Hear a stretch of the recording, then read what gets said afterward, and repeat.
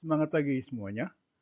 Terima kasih telah bergabung dengan channel IBMW, Media Belajar Bareng Finance, Research, dan Hospitality. Kita membahas metodologi penelitian MEP dengan topik skala pengukuran data penelitian pada sesi 28. Bila menurut Anda sesi ini bermanfaat, silakan tekan tombol subscribe, like, dan share sebagai dukungan dan pemotivasi untuk pengembangan channel ini. Terima kasih dan selamat mengikuti. Kita mulai dengan pemahaman tentang skala pengukuran dalam penelitian. Skala pengukuran adalah suatu kesepakatan yang digunakan untuk menentukan panjang pendeknya interval dalam alat ukur, sehingga alat ukur tersebut dapat digunakan dalam pengukuran yang menghasilkan data kuantitatif. Sederhananya, skala pengukuran menentukan bagaimana kita mengukur suatu variabel dalam penelitian. Selanjutnya kita bahas arti penting pengukuran, yaitu memilih metode analisis yang tepat. Jenis skala pengukuran yang digunakan akan menentukan metode statistik apa yang sesuai untuk menganalisis data. Membandingkan hasil penelitian. Skala pengukuran yang konsisten memungkinkan kita untuk membandingkan hasil penelitian yang berbeda. Mengukur tingkat variabel. Skala pengukuran membantu kita mengukur tingkat atau intensitas suatu variabel. Kita lanjut dengan pembahasan ragam skala pengukuran.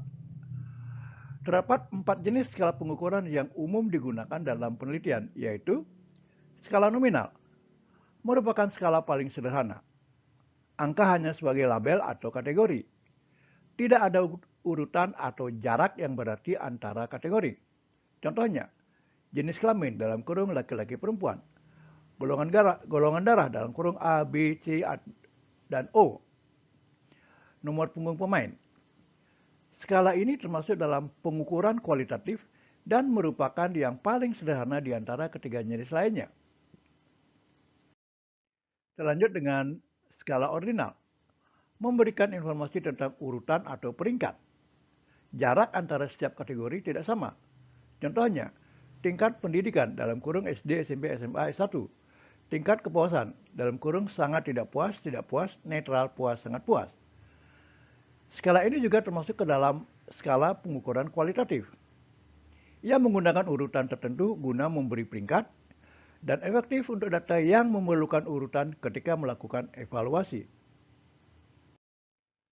Skala interval memiliki interval yang sama antara setiap titik data. Tidak memiliki titik nol mutlak. Contohnya, suhu dalam Celsius atau Fahrenheit. Nilai ujian dalam kurung 0 sampai dengan 100. Skala interval adalah pengukuran dengan skala numerik, di mana nilai-nilai yang berdekatan memiliki jarak yang sama dan diukur sepanjang skala.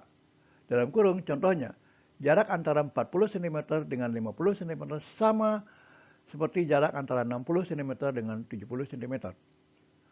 Data ini pasti berbentuk angka dan merupakan salah satu skala pengukuran kuantitatif.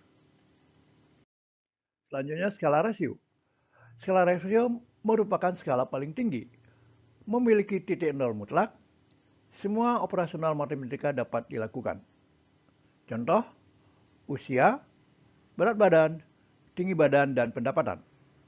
Rasio adalah skala pengukuran kuantitatif yang memudahkan kita untuk mencari perbedaan antar variabel dan memberi urutan data. Skala pengukuran ini memungkinkan untuk melakukan semua jenis perhitungan dan menarik kesimpulan pasti. Perbedaannya dengan interval adalah bahwa skala rasio tidak memiliki nilai negatif. Demikian akhir dari sesi ini. Terima kasih dan sampai jumpa.